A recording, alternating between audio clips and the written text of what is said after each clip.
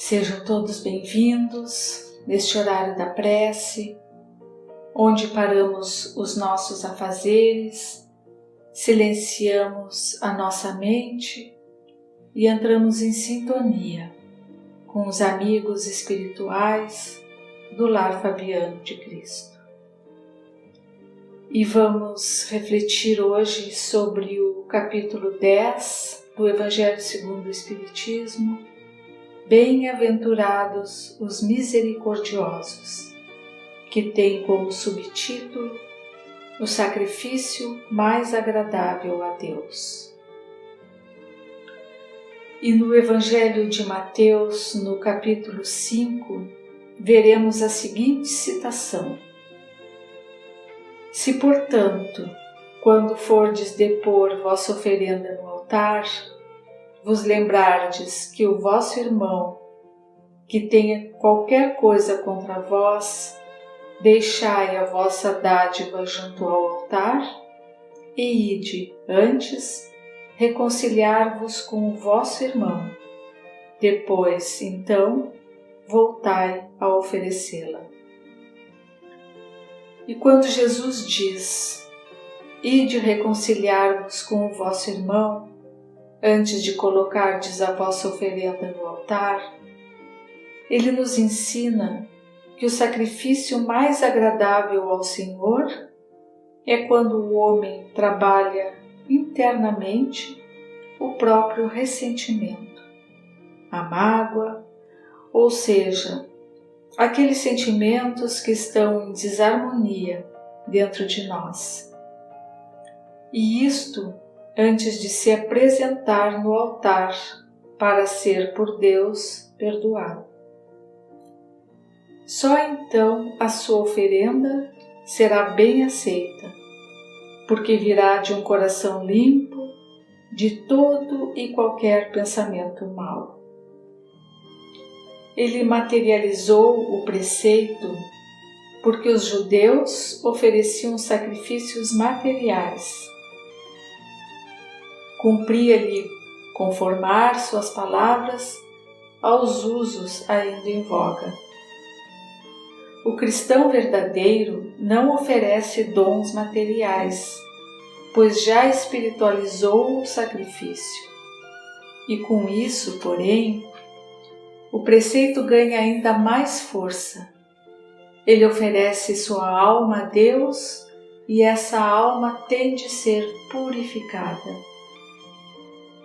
E entrando no templo do Senhor, deve ele deixar fora todo o sentimento de ódio e de animosidade e todo mau pensamento contra o seu irmão. Só então os anjos levarão sua prece aos pés do Eterno. Eis aí o que ensina Jesus por estas palavras: deixai a vossa oferenda junto ao altar e ide primeiro reconciliar-vos com o vosso irmão, se quiserdes ser agradável ao Senhor. Então, meus irmãos, sabemos através do Evangelho que na época de Jesus os judeus faziam sacrifícios a Deus, imolando os animais para a expiação da culpa ou para implorar auxílio. O animal era sacrificado e entregue a Deus, como se fosse um pedido de perdão pelas suas faltas, ou no intuito de, em troca, receber a ajuda. E o texto é bem claro quando se refere aos costumes da época. E Jesus respeita estes costumes e a prática ritualística judaica, que era muito comum naquele tempo. Quando ele diz, deixai vossa dádiva junto ao altar, depois, então, voltai a oferecê-la, está explícito que ele não veio destruir a lei e também não veio revolucionar as relações externas.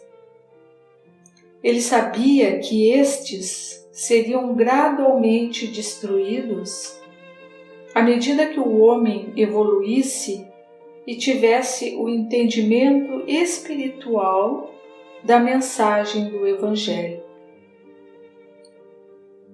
Quando diz reconcilia-te com teu irmão, traz de uma forma sutil a ideia que este sacrifício era importante e que antes de apresentar a Deus a oferenda, deveria perdoar o seu irmão ou os seus desafetos.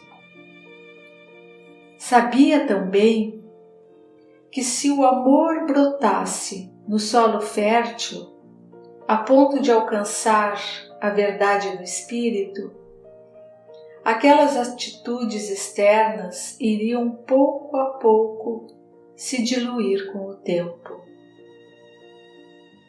E nós temos um grande aliado, que é a doutrina espírita, que nos ajuda no entendimento espiritual e facilita este processo do perdão.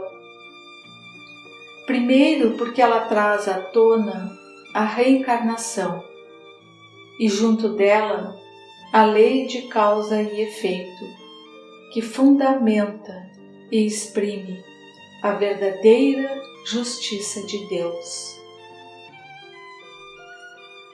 Então, meus irmãos, que possamos refletir sobre este capítulo do Evangelho, fazendo a nossa reforma íntima, perdoando os nossos desafetos, fazendo o autossacrifício de nos melhorarmos, para assim podermos entrar em comunhão com a fonte criadora, o nosso Pai Celestial.